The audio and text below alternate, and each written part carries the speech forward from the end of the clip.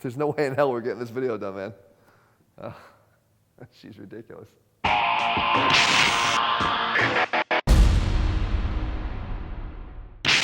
What's up, guys? Jeff Cavalier, ATHLEAN-X.com. Today I'm going to show you the 8 worst ab exercises ever. As in, I don't want you to do these anymore. But don't worry, I'm not going to leave you hanging. I'm going to give you the alternatives I want you to do instead.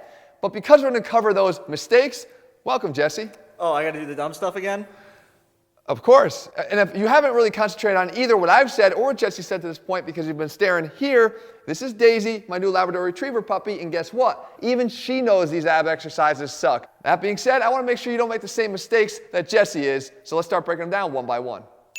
And we start right off with one of the most popular ab exercises out there that I've been a very vocal non-supporter of, and that's the basic plank. And my reasoning is just that. It's too damn basic. You see, if you can hold the plank for more than 1 minute, then you need to move on to something a lot more challenging because there's no benefit to be had here because it is too easy. There's a lot of things we can do that take this position to the next level where it is capable of actually doing something beneficial for you. Try an RKC Plank, for example. What you do here is you involve more muscles in the plank to make it more difficult and rewarding. You initiate with the glute and quad co-contraction, tightening your legs as hard as you possibly can, making the core become engaged to a level you've never felt before. And to increase the difficulty even more, you creep those elbows out in front of your body to increase the impact it has on your core. But if you want to go even further than that and you want to involve some weights, you got some options here too. And the first is something called the 3-point plank row. By placing just one arm on a bench and the other one in the air with a dumbbell, you've decreased the overall base of support. You don't have 4 limbs on the ground anymore, you've just got that 3. Notice that my hips never change. They stay locked in position without losing the stability that I'm looking for. And then finally we have the Twisting Barbell Plank, which takes this to another dimension. In other words, not just challenging you into anti-extension, but your ability to control and prevent rotation. Remember, guys, it's not always about the motion that you create when you're challenging your abs, it's about the motion that you can prevent where we take it to that next level. Nothing says I'm stuck in the 80s more with my ab exercise routine than this exercise number 2, and it's the dumbbell side bend. It's just not a good option if you're trying to train your obliques. And let's not even talk about the fact that people will do these either with 2 dumbbells at one time in which they turn themselves into a human seesaw, or they're actually doing them for spot reduction of their love handles. In neither case will that actually happen. Because my problem here is you're asking for something that your body doesn't want to give you, and that is an excessive amount of lateral trunk flexion. Your lumbar spine is not meant or designed to do this, especially when you combine it with the fact that you've got a heavy weight or at least a moderately heavy dumbbell in your hands. The fact is there's a better alternative and it doesn't require any equipment at all, and it's a simple side plank lift. And you can see that when I lift myself up, the side that I'm actually training is the underside, the bottom side there that's looking for that lateral pillar strength. And when I lower myself back down, what does it look like I'm doing? If you turn your head sideways, it actually looks like a side bend, right? Done on the ground. But because we're doing this in this way, guys, I have much more control of that frontal plane as it was originally intended. The fact is, guys, it's not always the motion that's the problem. It's how you're performing it, and more importantly, how you're misperforming it that turns a decent motion into something that's non-productive. All right, so for exercise number 3, I'm not trying to pick a fight with CrossFit, but they're the ones who've been credited with the invention of this exercise, and they managed to take one of the best machines in the gym, the glute ham raise, and make one of the worst ab exercises you can ever do, the GHD Sit Up. Now, if you look at this exercise here, guys, you can see right off the bat, this is a one-way trip to the chiropractor. Your back is not going to like you if you do this exercise. You were never intended to do this hyperextension, especially against the full weight of gravity, because this is a very heavily weighted exercise.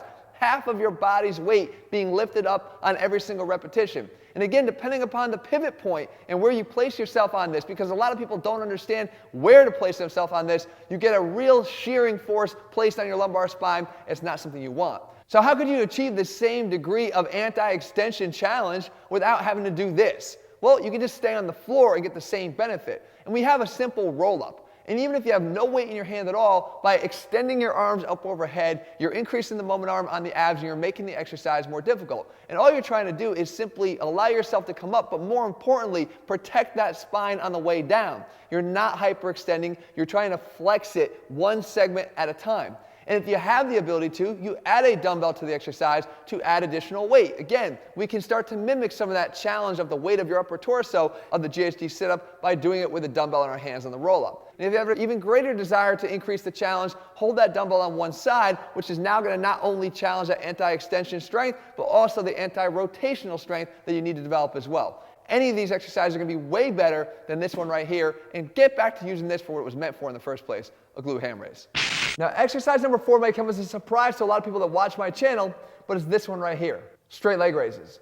Now look, I have a lot of variations of exercises that utilize straight leg raising because it gives you the opportunity to weight the exercise. The weight of your legs is a good overload. That being said, if you can't handle the weight of your own legs, then any variation of a leg raise is going to become problematic for you because of what it does to your low back. You see, lifting strictly with your hip flexors and not being able to control the descent of the legs back down to the ground because you don't have ab strength is going to pull your back into hyperextension as those hip flexors yank on your lower vertebrae every time you lower them down to the ground.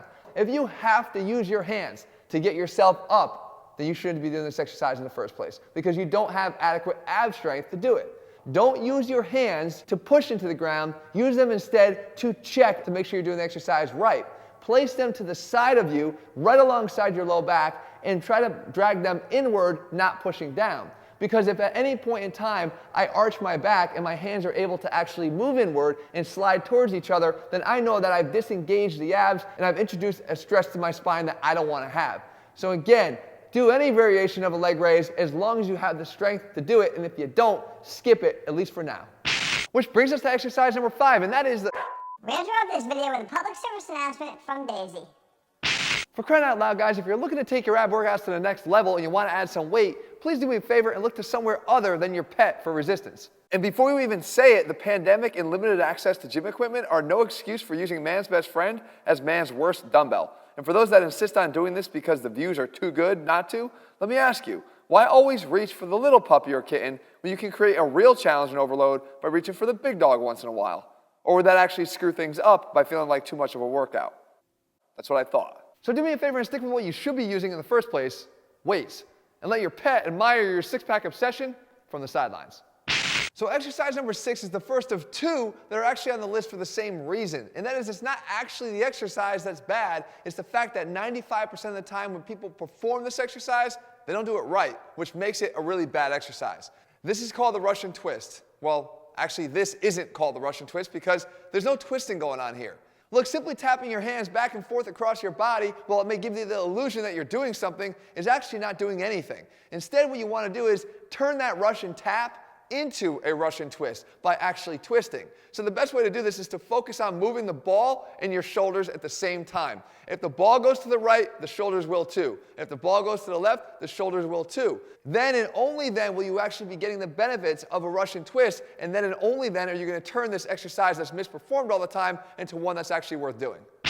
Which brings us to exercise number 7, and if the Russian twist was the most commonly misperformed exercise because of the lack of actually rotating, then this is the second most commonly performed, and this is the bicycle crunch. And again, it's not the exercise here, but it's how you're doing it. Because if you look like this, and a lot of people do, you're not really getting much benefit from the exercise. You're actually just turning this into one single isometric hold with a bunch of elbow flips back and forth. We're not trying to flip elbows, guys. We're trying to rotate. And to rotate, you're going to have to actually turn your torso. So once again, what I do here is now I try to fix my elbows in place and not move them across midline anymore. The only way to get them across my body is to actually rotate my shoulders to do it. And if you lock your arms in place and twist, guys, twist back and forth here, you turn this from an isometric into an actual exercise that's going to benefit you.